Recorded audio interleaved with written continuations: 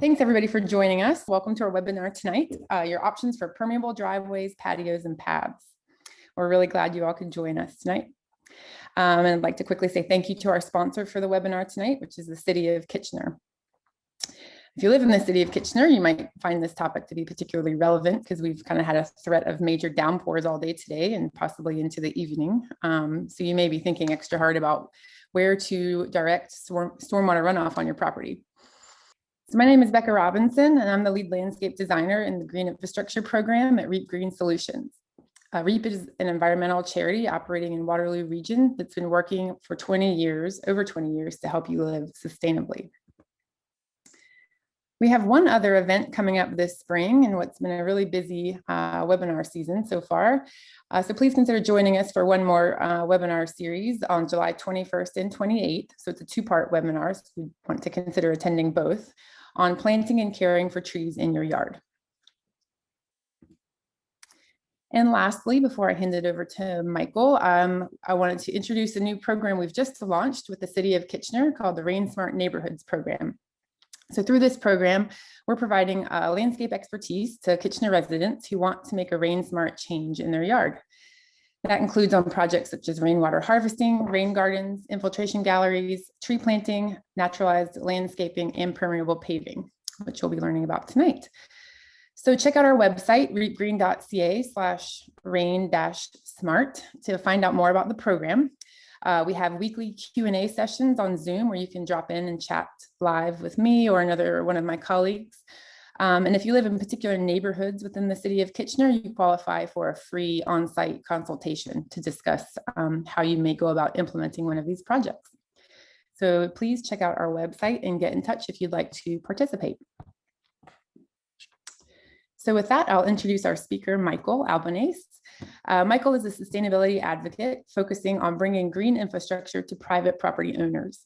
He's a Fusion landscape practitioner, author, and owner-operator of a landscape consulting and contracting company focused on landscape coaching, rain gardens, and custom drainage solutions.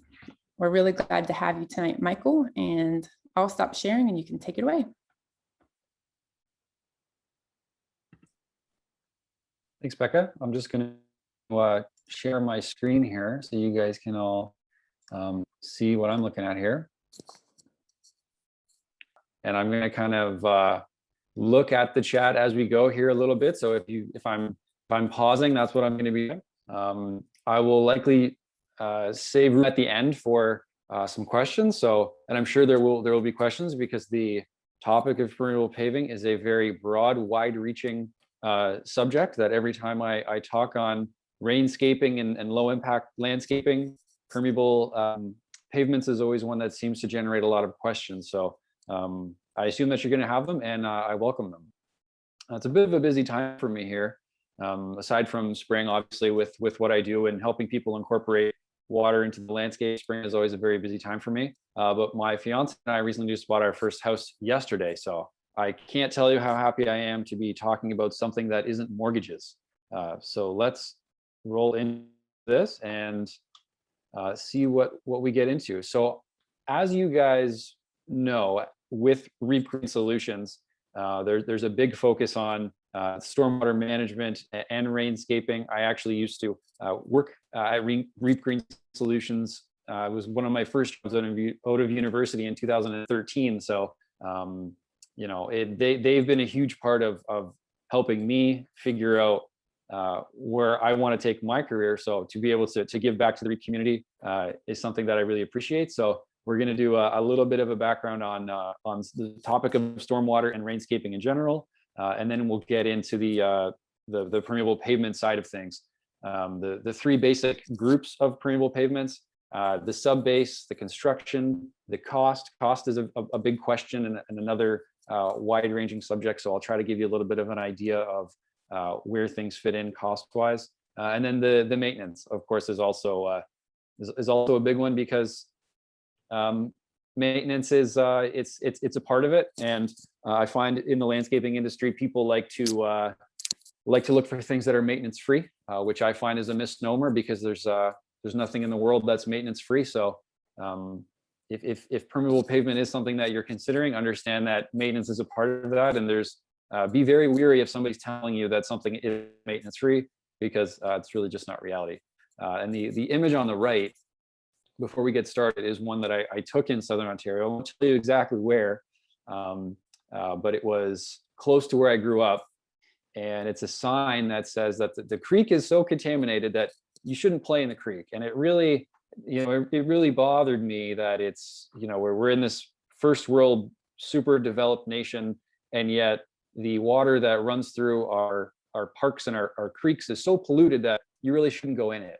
And people just seem to kind of accept this as a reality, but it's really not a reality that I think that we should be accepting. So what can we do? We can control what we can control. And if we have a little bit of, a little slice of paradise, our own residential property, whatever it might be, it's kind of, our communal due diligence to manage the water that falls on that property the best way that we can. Because, the water that falls out of the sky, if it falls on your property, you should be responsible for that. So the fact that you guys are even at this webinar tonight tells me that you already understand that.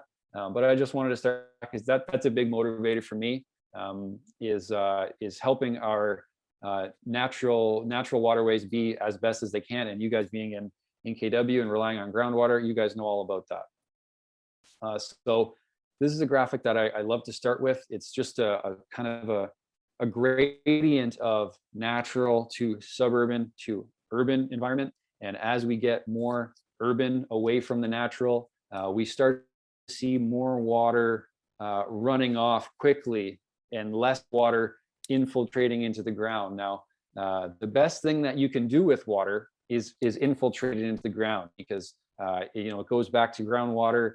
It feeds the soil, it feeds the plants, it gets naturally filtered. So the number one thing that you can do with water is put it in the ground. That is a point that I always have to hammer home, because a lot of the general kind of landscaping industry focuses on drainage, which is basically shedding water off of your property however you can, as quickly as you can.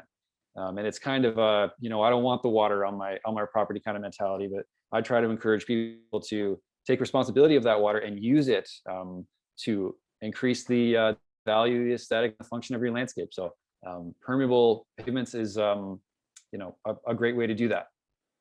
So you can see in the natural environment, I'm not sure if you can see my my mouse or not, but I'm going to kind of roll it around here.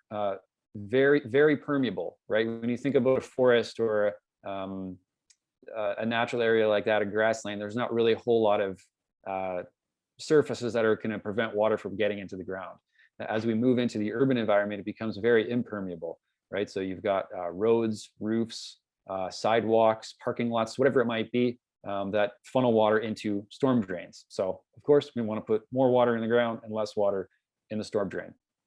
And I know that today we're not talking about plants per se, but the biodiversity is always a big indicator for me. And in the natural environment, the biodiversity is high. And in the urban environment, the biodiversity is low. So as you're thinking about the landscape and the different plants that are growing there, if you can find a way to incorporate plants in and around your hardscapes, that's always going to be a bonus as well. So a little graphic representing how residential properties create stormwater pollution and contribute to this urban flooding phenomenon, which is something that most urbanites are also familiar with. There's not many things worse than a flooded street or flooded basement. Those are nasty things, and no matter who is affected, it really is a communal problem, because we all, as we all live into the same watershed, how we deal with the water that falls on our properties, it kind of affects all of us. So going back to the point of doing your due diligence to keep as much water as you can on your property, and then in a big rain, sending some amount of that water off to keep your own personal assets safe. Nothing wrong with that. It's just that little due diligence factor that we're trying to communicate. And this is actually a graphic that I came across while working at Reep Green Solutions. It's actually from North Carolina, and I really like it a lot. I include it in a lot of my presentations because what I like about it is it does a really good job of connecting the cloud to the stream, right?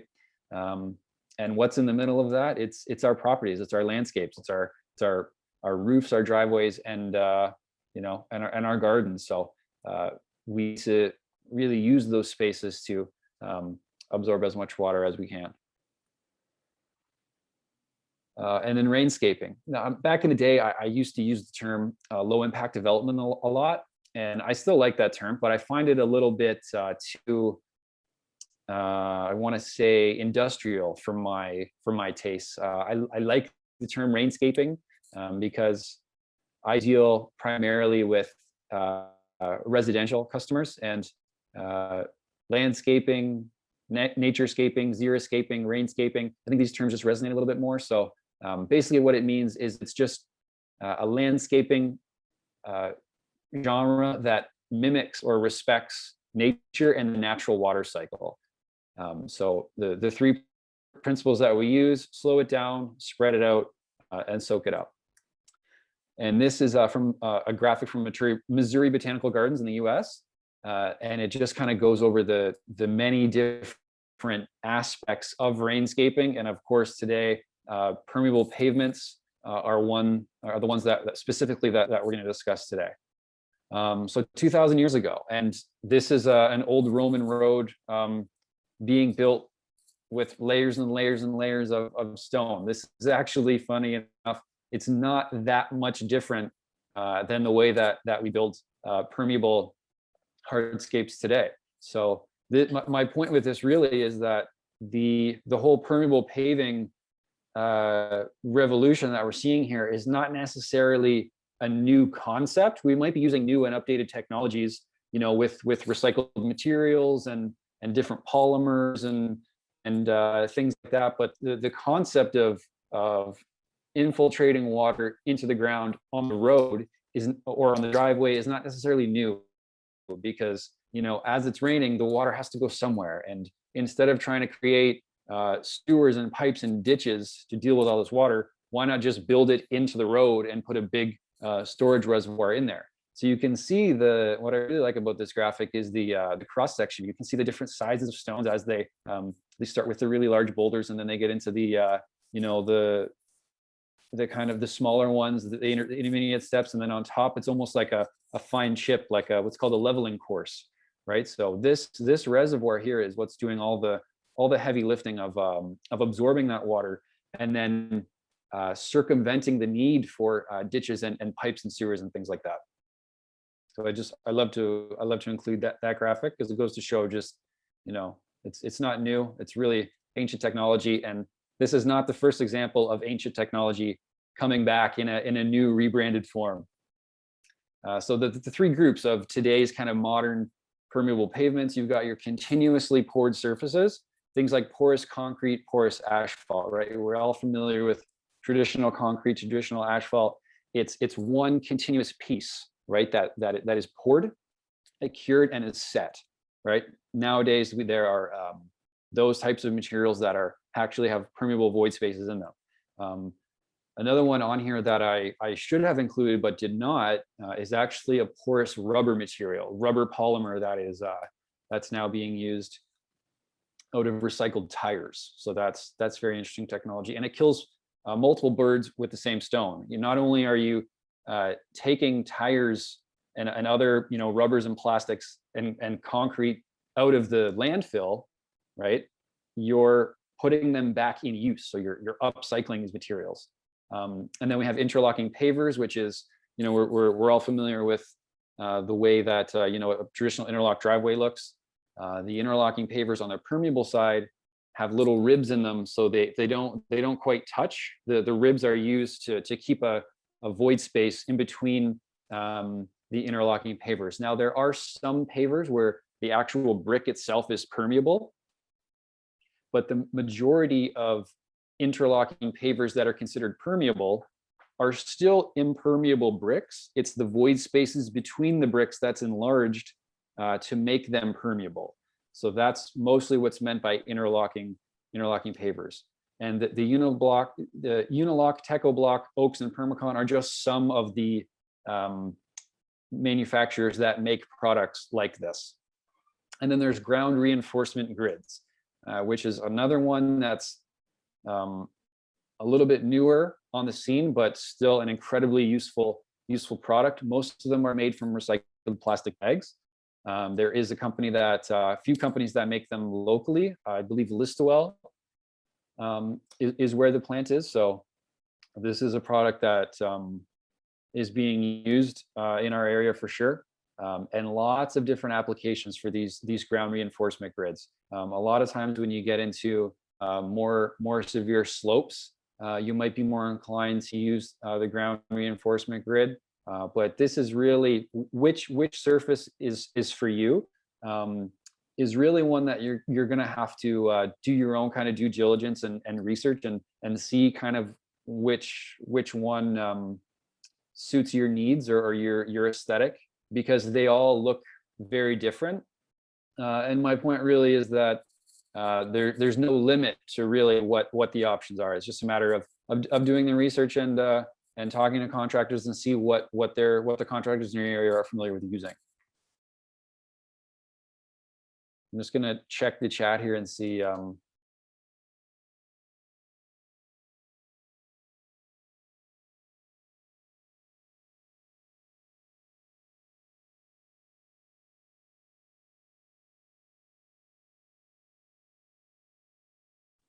Okay, so these questions I will answer at the end. So we're gonna keep rolling, but hold me accountable to answering those. And how do I get rid of this? Okay. So the cross section here of today's modern permeable situation. Your geotextile fabric, optional. Under drain, optional. This is really just to show how deep the excavation is going to have to be, because the tight granular material that would be under a asphalt or concrete is going to be replaced with a more permeable material that doesn't have fines in it. It doesn't have sandy grit in it. It's clean stone or clear stone, which means that it's all uniform size and doesn't have the fines and the grit. So that just shows a different layer. You've got your leveling layer here, and then this is an example of a permeable interlock, where you can see that the little pebbles in between is what's actually going to be, is where your permeability is going to come from.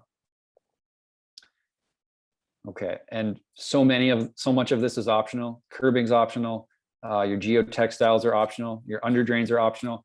In the vast majority of residential cases, I would tend to think that the under drain is not required, because the under drain is really only required if you're purposely piping that water into a sewer, or somewhere else, because that once you put water in a pipe and you're conveying water somewhere, you have to put it somewhere, right? So that's really only special cases that would have an under drain in residential cases, of course.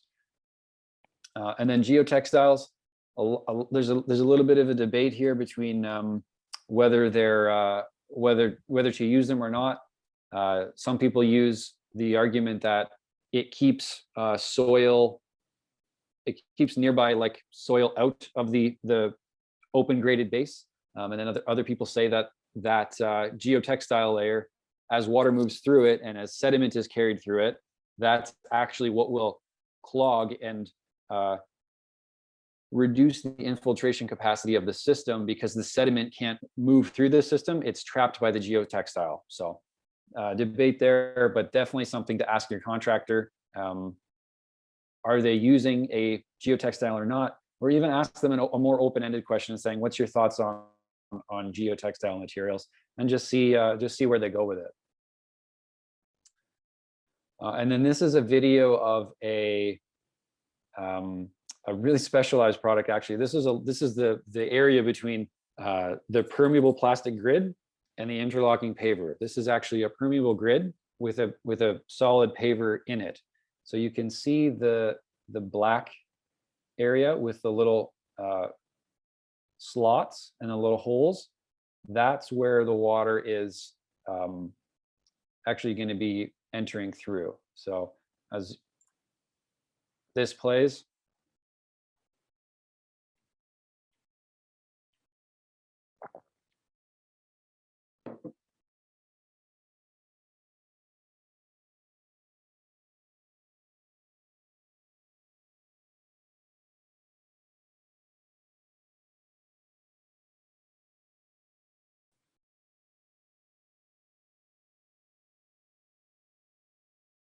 so the point of the video is really just to show that you can see that there's no real runoff. There's not really water running down the street. It's just instantly dissipating into the ground. So that is the whole point of the permeable driveway. And this is just one example of what it can look like.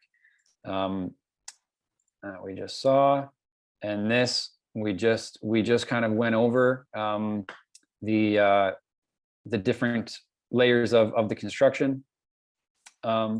One thing that I wanted to talk about before we move on to this kind of industrial example is pathways. Right now, I didn't really include flagstone and things like that in this presentation because I wanted to focus on materials that I thought people would be a little bit more unfamiliar with and have more questions about. But when it comes to pathways with individual flagstones, I would still consider that permeable, even though the flagstone is not permeable.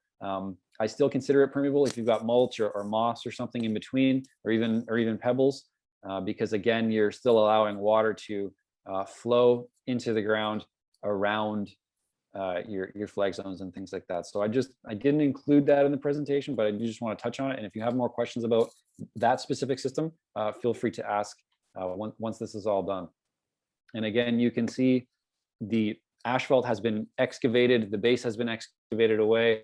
There is a layer of material, what's called 3/4 clear, which is the layer that has been spread. And then you can see the piles around, right? These here, that's a material called high performance. So that's your leveling layer, right? So the grid will eventually sit on top of this material here, and the water just flows right through it. So you can see these little piles have kind of been, that's all that's left of this big pile of material. Is just little piles that are kind of, it's just the finishing touches really. And as you see, the grid is going down. And this is one of those, the permeable grids that I mentioned before. With this specific site, what was put inside the grid, right? It's about 2 inches thick. So there's little pockets inside of it. And this was filled with what's called a fertile bedding layer. So it's a combination of chipstone and soil and then you sprinkle seeds in it. And then the hope is that you're gonna be able to grow grasses and mosses and little forbs and things that you can actually drive on. So you're gonna have a varying amount of success with it, depending on how full the cells are, what kind of seeds you got, how much light exposure it's got, how much water it's getting, how much it's being driven on. So a very much a mixed bag of what's possible. But I find that the people that have the most success with projects like that are people that kind of understand the variability of this type of system, because it really is an exercise, an adventure. And then if you weren't really into that, if you wanted something that was much more cut and dry, black and white, if you will, then there are other options for that. But it's all based on individual taste. And then this is what it looks like finished, and the fertile bedding layer is still being spread. So you can see here little shades of the grid. So this fertile bedding layer is still yet to be spread completely out, but at this stage it will have been seeded, and as the seeds mix into the fertile bedding layer and it's spread into the grid and watered, then the seeds are able to germinate and grow that way. And this is in downtown Hamilton on James Street North. So cost, kind of what can you expect dollar-wise with these different materials? We have the least expensive on this side and the most expensive on this side. So when I talk about the least expensive material, bulk granular would be something like a gravel driveway, where a truck just drops a load of granular of varying sizes that is just spread, walked on, driven on, and that's it. That's going to be your least expensive option. And then asphalt would be after that. Concrete, reinforced grids, traditional interlock, continuously poured surfaces, permeable interlock. Of course, this is a rough scale, and based on the particulars of your project and what you're looking for, how big the area is, what's there already, how close are houses or buildings to it. These can all slide, but this is just a rough estimation of kind of what you can expect to see price-wise from one material to the other.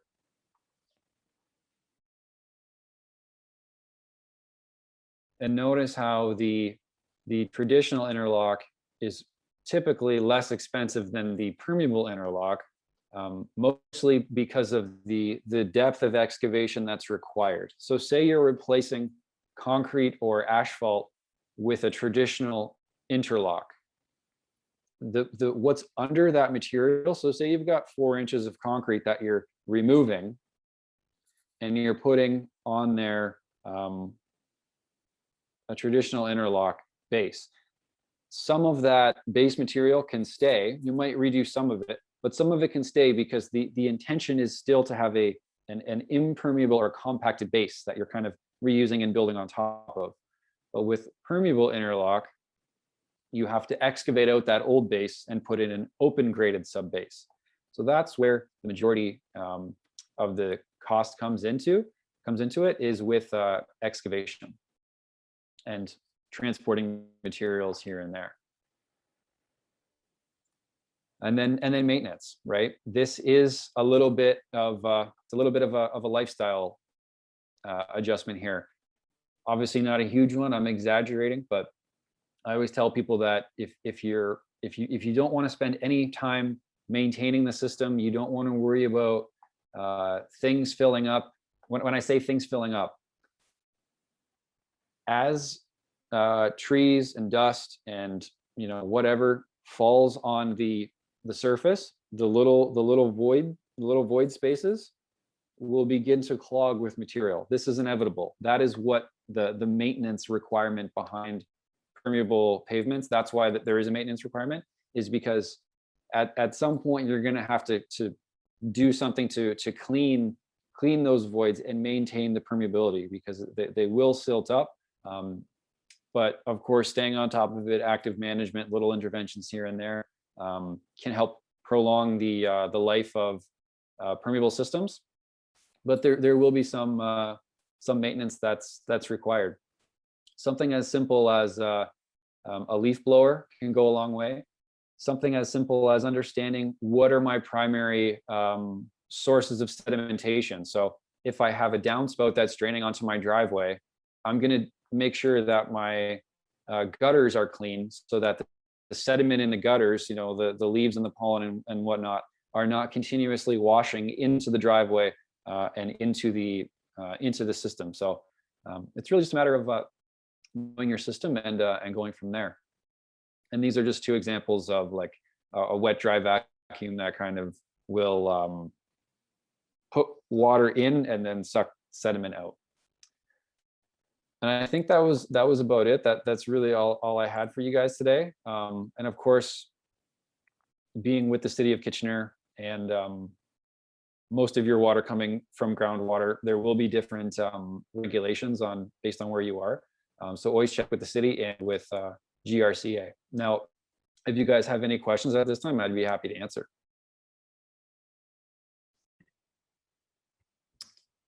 Hey, Michael. So I can moderate the questions for you if that's of use, and then let you answer. We've got a bunch of good ones, so I'm glad you have left time for that. All right, let's see where the ones I wanted to start with. Okay, so a participant was talking with a neighbor about permeable driveways, and they were concerned that if they had a permeable driveway, it would cause more flooding in their basement because the water from the driveway would be absorbing in the soil around their house. Is this something we should be concerned about? Yeah, that's a realistic thing to bring up. It's really a case of how far away is the house from the driveway. A lot of driveways will extend up beside the two homes. Like say that there's two homes side by side, and there's a driveway up both sides of the house, and then a section of driveway that is kind of in front of beside the lawns, or above the sidewalk. So in cases like that, I would definitely excuse me, I would caution you against infiltrating water directly next to your house. If you can put some sort of permeable liner under the sub base and direct any water that infiltrates next to the house into the area further away from the house, that would be something worth considering. This is definitely a question to bring up with a contractor or several contractors, whoever you're getting to quote on it. But I wouldn't snuff that concern off, because anytime you're infiltrating water next to the house, there is an assumed risk that you could be putting more pressure on your foundation from a water standpoint. So next question. Is it possible to combine a rain garden and a permeable surface like a driveway? Yes, that's a good question. Always combining features. I'm always going to be a fan of that, because if we look at the principles of rainscaping, spread it out. That's what I would consider spreading out the water. You're using different features to absorb the water. One thing that I will say is that one might make the other redundant, depending on the size of the systems. If you have a permeable driveway that is very large, you may not need a rain garden. But I would never dissuade anybody from building a rain garden. That is, if a rain garden is something that you're interested in, absolutely go for it. And the other thing is, say you have a driveway that is not fully permeable. Maybe you have a little section of it that is permeable. That I'm also okay with. The entire driveway or patio or whatever it might be doesn't have to be permeable. So if you have an impermeable section draining onto a permeable section, and then once that permeable section is full, if that's overflowing into a rain garden or being directed into a rain garden, that's a great way to kind of tier your water management solutions along, so that you're kind of having a little bit of like a train car situation, where when one is full, it goes to the next, and when that one's full, it goes to the next. So the short answer of can you combine them is absolutely. Awesome. Half of my driveway is under a large Norway maple. Which group of products will deal best with the leaves and blossoms? That's a good question. In that case, for a few reasons, I would probably lean personally more towards a permeable grid type system, because the grid is a lot more flexible and forgiving with time. As in, when it's all connected, if the Norway maple is if the roots are swelling, or if they're growing, or if it's heaving or something like that, the grid offers a little bit more flex, right? And the excavation of the permeable grids, one of the main benefits of the permeable grid system is that your excavation depth can be shrunk, because the weight of the system is being spread across this grid or web system across the whole length of it. And the other reason that I like the grid system in that way, when I have a situation where I know there's going to be a lot of organic debris dropping in here, I like to use the permeable grid either with like a green driveway, like you're literally growing like grasses and other plants on it and parking on it. And then that way, as things fall on it, it's really not a huge deal. It's just kind of, as the organic matter breaks down, it's just kind of incorporating back into this fertile bedding layer. But on the other side of that, if you wanted to have a permeable grid with like a clean stone layer, then if anything were to root in it or sprout in it, if you have a big base of just clean stone, it's very easy to identify where the weeds are and to pick them out, because they're not really rooting in anything other than just open stone. So they don't have much to hold on to anyway. So I would probably lean towards the grid that way. Cool. Speaking of the grids, how long on average does it take to grow the fertile bedding, and what would be the wait period between installation and driving on it? Yeah, that really depends on the seeds that you use, and based on time. That's a good question. I would probably say weeks for things to start sprouting, as in like as you use lawn seed, usually within a couple of weeks you're going to start seeing something. It's really not going to be that much different than lawn in that way.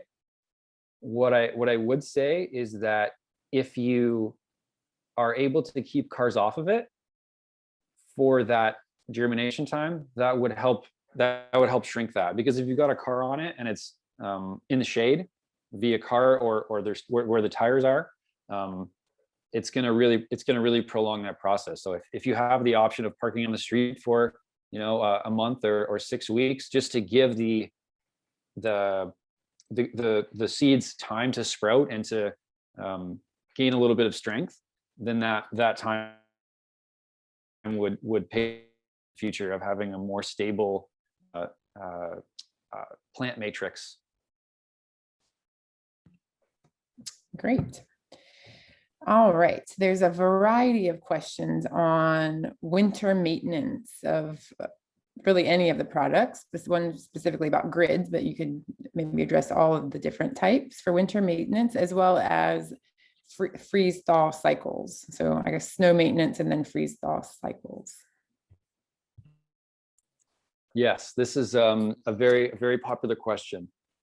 And I always say refer to the manufacturer's kind of suggestions on that, because they're getting this question all the time, and this is something that they're constantly kind of putting in their products is, how can we make this as best as possible for winter.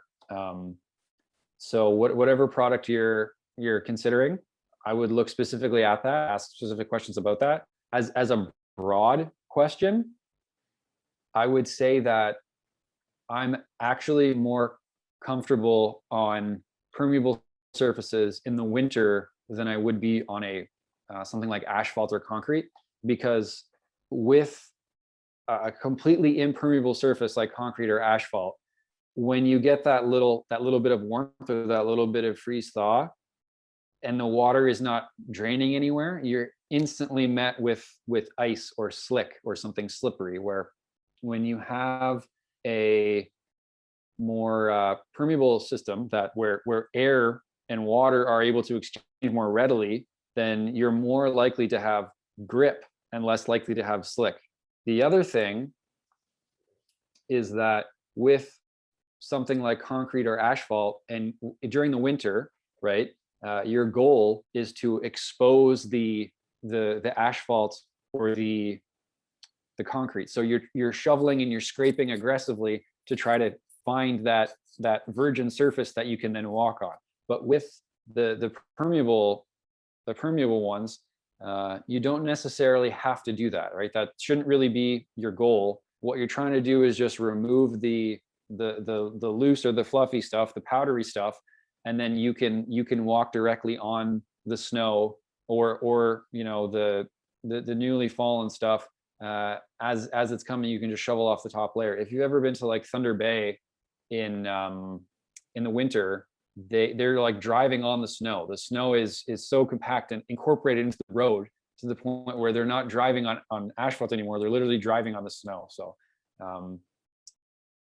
that's kind of the way that I approach it. Is when I have a permeable surface, I'm not trying to expose the surface, because I'm imagining that you're worried about this with the constantly uneven, little micro situations, that you're worried about snags with the shovel.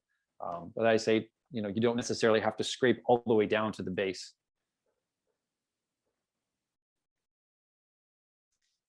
Awesome. All right, this is a good one. My asphalt driveway is against the house and leaks water into the basement right now. How far away should an impermeable section extend from the house to be safe? Or should I keep the driveway impermeable along the house and then transition into permeable for the section that's beyond the house towards the street and sidewalk? Yeah, that's a good question, a great question. And I would probably look to do something that was impermeable up against the house, and then drain it into a permeable section. So in the situation where you've got, like, say there's two houses side by side where the driveway extends in the middle, I'm a big fan of having concrete in that area and then draining that area onto a permeable section closer to the sidewalk. And I would extend that maybe from where your foundation ends. I would go 6 to 10 feet beyond that, right? Especially if if everything's flowing downhill, you should be fine that way.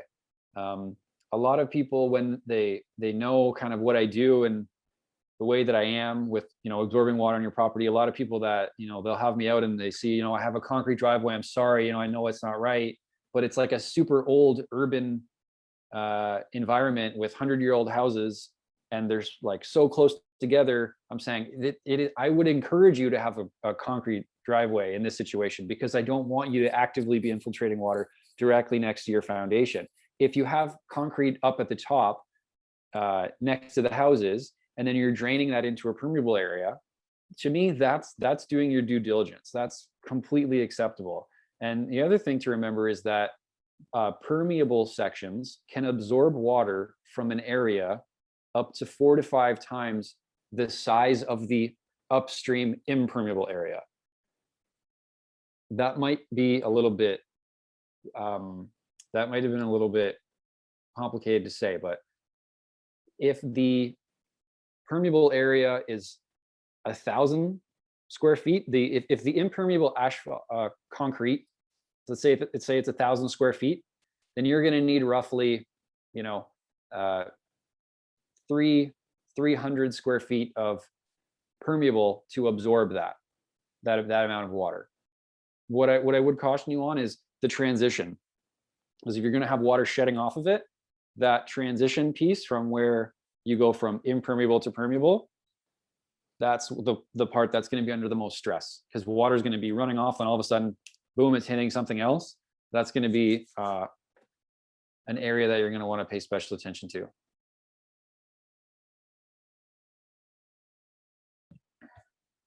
Cool. Okay.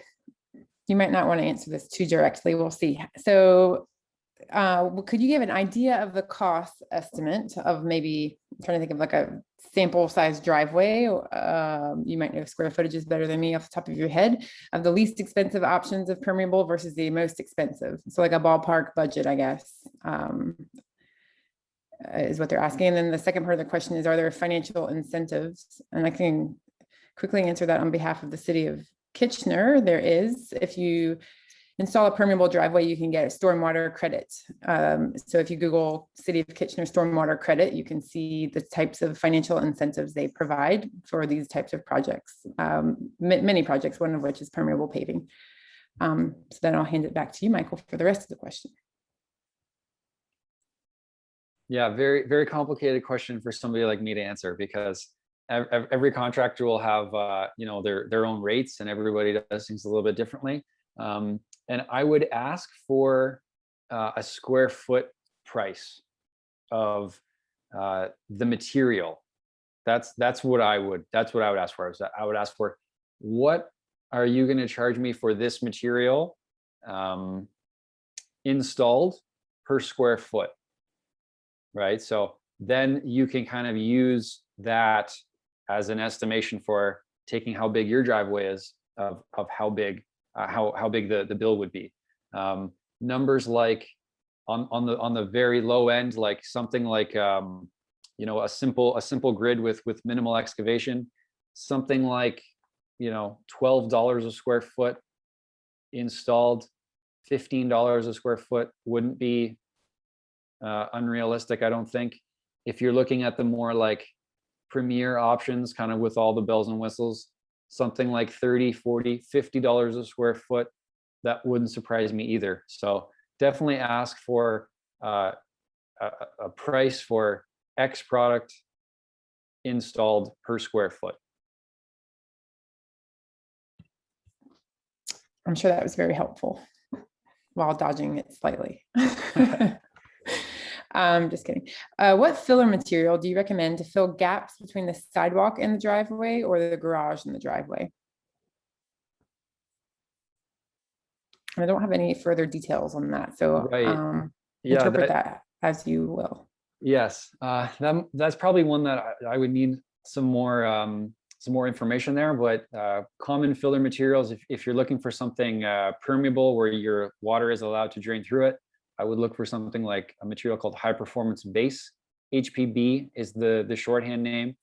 Sometimes it can be called 1/4 chip angular stone, but I would look for something clear and angular. Now, when I say angular, it means that the individual stone is like sharp and jagged and rectangular and not round like a pebble, right? Because the ones that are round like pebbles, they kind of shift and move like marbles, right? So the triangular ones or the angular ones will kind of lock together a little bit more.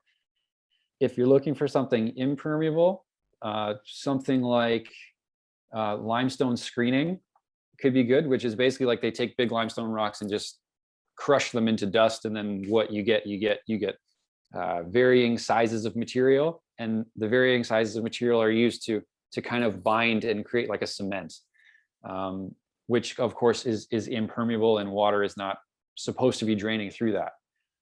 The other one that you could look at is something like a polymeric sand, which is what is traditionally used in between pavers, like traditional pavers that are designed to be impermeable. So it's a sand that has like a polymeric compound in it that when it gets wet, it literally becomes like a glue. So it's impermeable. So those are a few options based on what you're trying to achieve. Cool. Okay, so slight curveball for the next one. This person's wondering if they pull up their driveway and plant a vegetable garden instead of the driveway, would you recommend that, or would you think that the soil would be contaminated? Great question. Would I recommend it? Absolutely. Few things to caution you on there. What was the driveway material? I took up a driveway probably 3 years ago now. That was a very thin asphalt driveway, and asphalt itself is a petroleum byproduct. So it's not healthy material, that stuff. And the other thing, so as it's old and crumbly and it's raining, the materials are leaching down into the ground. The other thing is, what is the history like of the surface? If there are cars on it that have been leaking oil and grit and things constantly, that's something that I would probably be worried that is getting into the soil, getting into the ground layers. And then as your roots are growing, and they could be like incorporating that into their plant material and then what you're eating. But if you have a history of, you know the place, it's it's relatively clean, it might be a good spot for like a raised bed, right? Because then you have 2, 3, 4 feet of earth material before you're rooting into an old driveway material. The other thing is, depending on who is how the old driveway is coming up, if you have somebody there with a machine, you could just say dig out a foot, 2 feet of the old base and replace it with a soil. And in that way, you just give yourself that little bit extra layer of security. But there's actually a house in the lower west city, in like right under the escarpment, in like the old money part of the city of Hamilton here, where it's like a big double wide driveway and half of it is a vegetable garden. So it has been done. I've seen it done. It looks really cool. We'll just do a couple more questions if you're okay with that, Michael. Yeah. All right. I like this one. I've seen driveways with 2 concrete paths for tires to follow in a green space running between the concrete paths. Is that a reasonable solution, where the driveway is beside the foundation and nearly no space before the street? Or any recommendations if someone's considering that? Yeah, those are really cool. That's, I believe the technical term for that is called a ribbon driveway. But I really like those. And that's a way to get, you're kind of getting the best of both worlds there, to be honest, because if you have a big section in the middle that is impermeable, right, then the hardscape portion where the tires are going doesn't necessarily have to be permeable. So that can be a traditional material like concrete that is, easy to maintain. Lots of contractors install it. It's not really a niche product. It's just formed concrete, and then you have your whatever permeable material you want in the middle of that. Now, if it's right up against the house, I would give the same caution that I gave kind of the first question. I wouldn't want to be actively infiltrating water directly next to the house. I would want to do my due diligence of putting the water somewhere else, infiltrating water further away. But having said that, that might be a case where an under drain or like a French drain might be necessary or might be used, because if you've got like a grass strip in the middle, and you want to do it all the way up to the back of the house, and it's gonna, you want one consistent look, you might put a French drain through the middle, and then once you get that 6 to 10 feet away from the house, then you can empty that. You can kind of terminate the French drain and then put it into like a clear stone reservoir at the bottom, and then still have your grass or your planted material on top, and it would from the top, from the naked eye, it would all just look like one consistent thing. A French drain is only visible when it's under construction and you know it's there. But I love the ribbon driveway. I think that's a super cool option. Great. All right, I'm going to try to combine the last few questions into one big question. Do you recommend permeable driveways in flood-prone areas? And I'm going to combine that with the question of, would you be concerned about leaching chemicals from any of rubber, shredded tire surfaces?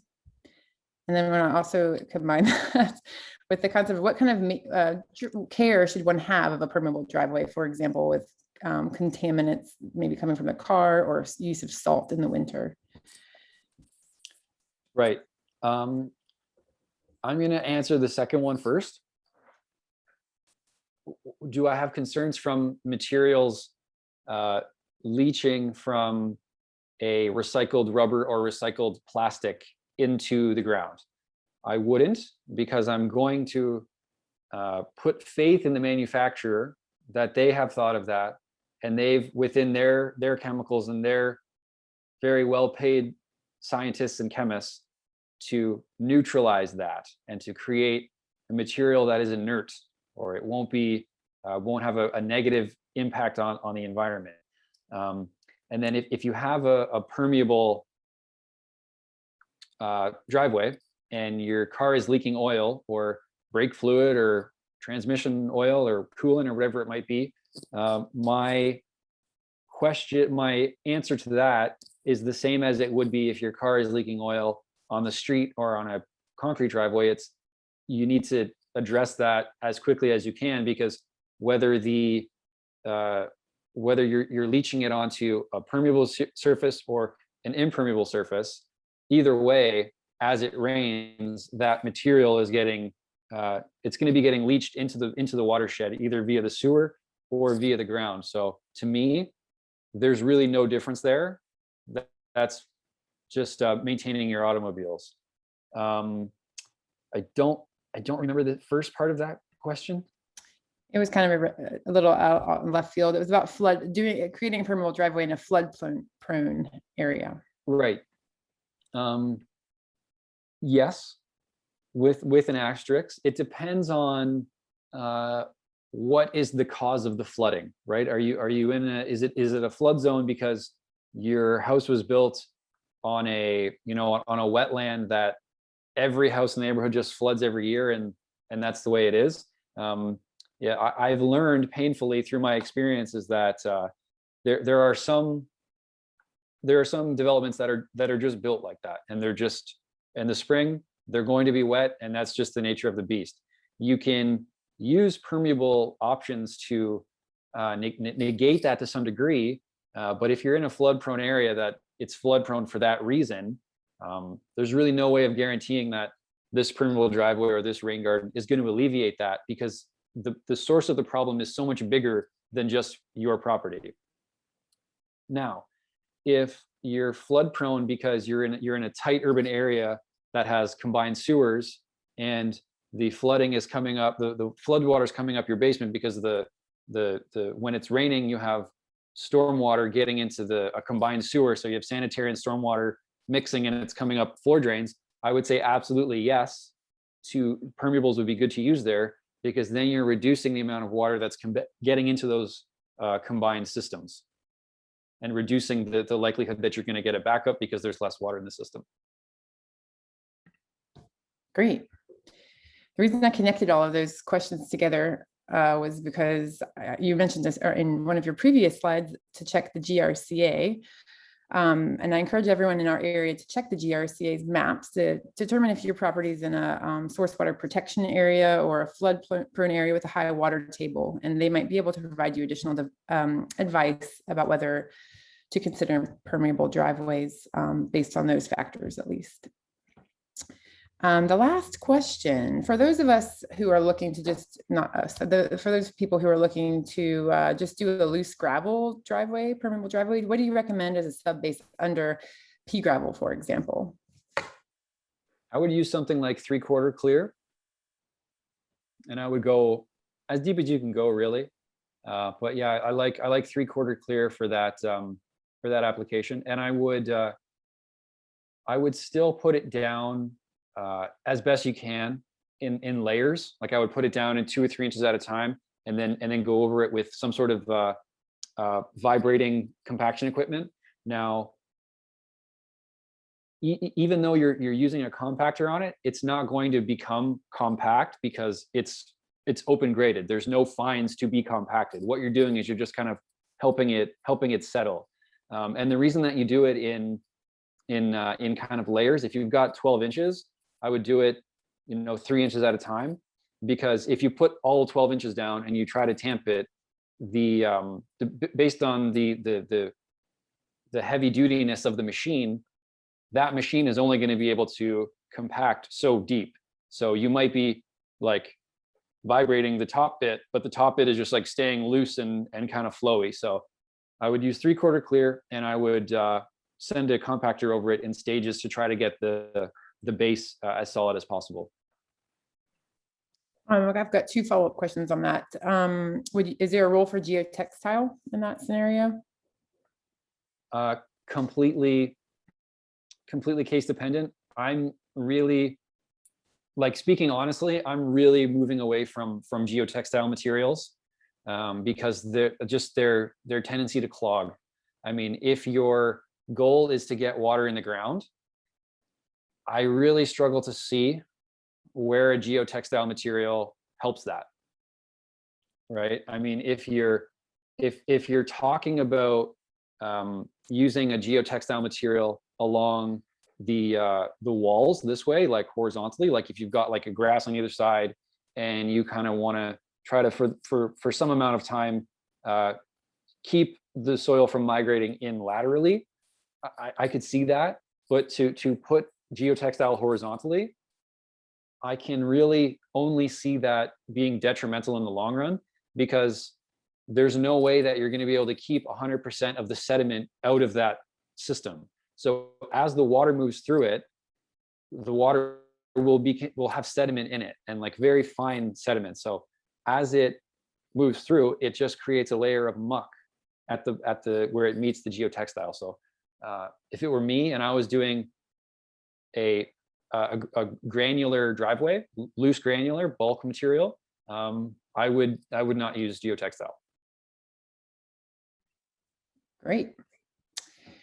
And similarly, would the use of a plastic grid help prevent weeds from taking root in that kind of a driveway or area? I can't say that it would. No. Great.